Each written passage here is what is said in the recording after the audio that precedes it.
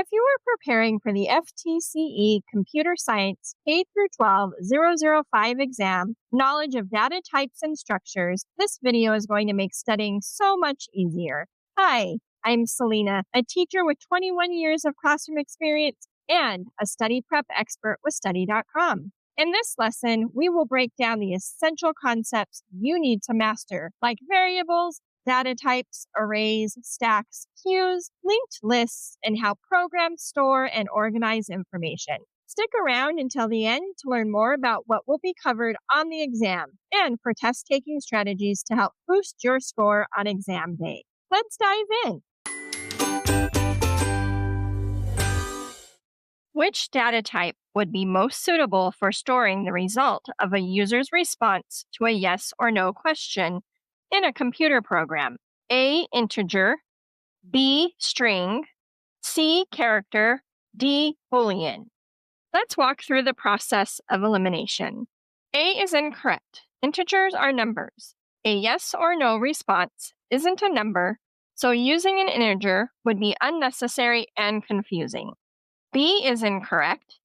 A string stores words or sentences. Yes or no could be written as text. C is incorrect. A character stores a single letter. You could use Y or N, but it still doesn't directly represent true or false logic the way a Boolean does. The correct answer is D. A Boolean data type is used to store values with two possible states, true or false. It is the most appropriate for storing the result of a yes or no question because the answer can be represented as a simple binary choice, fitting the Boolean data type perfectly. What is the decimal equivalent of the binary number 1011? A, 11, B, 13, C, 9, or D, 10? B is incorrect. 13 comes from misreading the place values. C is incorrect. 9 would be correct if the binary numbers were 1001, which is 8 plus 1.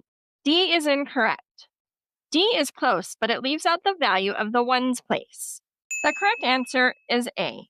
The binary numbers 1011 can be converted to decimal by calculating the sum of the values of the 1 bits. From right to left, the values are 1, 2, 0, and 8. Adding these up, 1 plus 2 plus 0 plus 8 equals 11.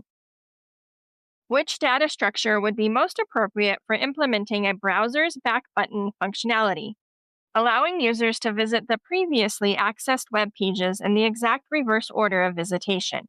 A, array, B, linked list, C, stack, D, queue. A is incorrect. Arrays store items in order, but they don't naturally support last in, first out behavior. B is incorrect.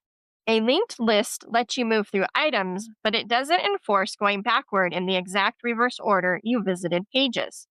D is incorrect. A queue works the opposite way, first in, first out. The correct answer is C. A stack is a data structure that follows the last in, first out principle. It allows for adding and removing elements only from the top of the stack. This characteristic makes it ideal for a browser's back button functionality, where the most recently visited page is the first to be revisited when the user navigates back.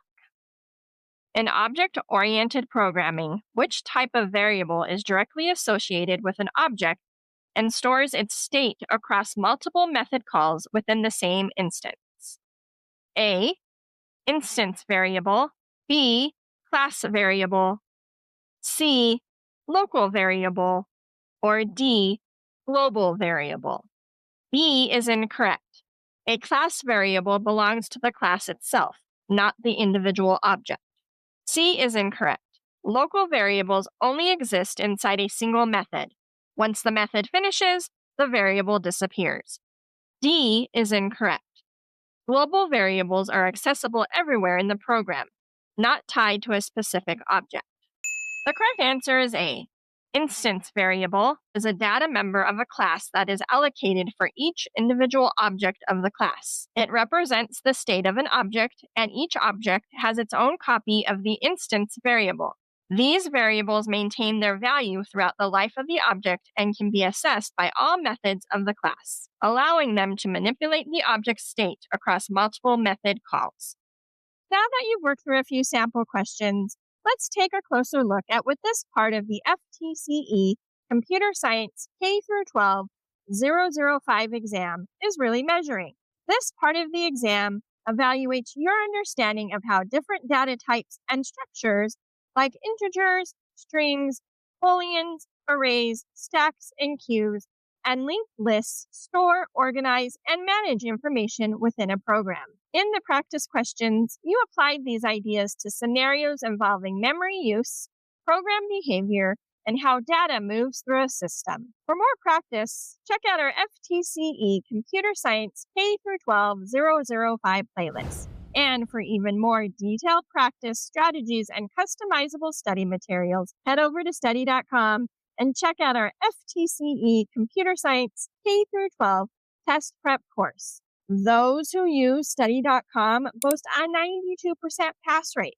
Our courses include full-length exams, hundreds of authentic practice questions, and short, targeted video lessons specifically developed based on the latest test updates. With our resources, you'll know exactly what to expect on test day. Like this video and subscribe to this channel to get all the latest FTCE test updates. And please leave your questions and success stories in the comments. We would love to hear from you. Thanks for watching. Happy studying.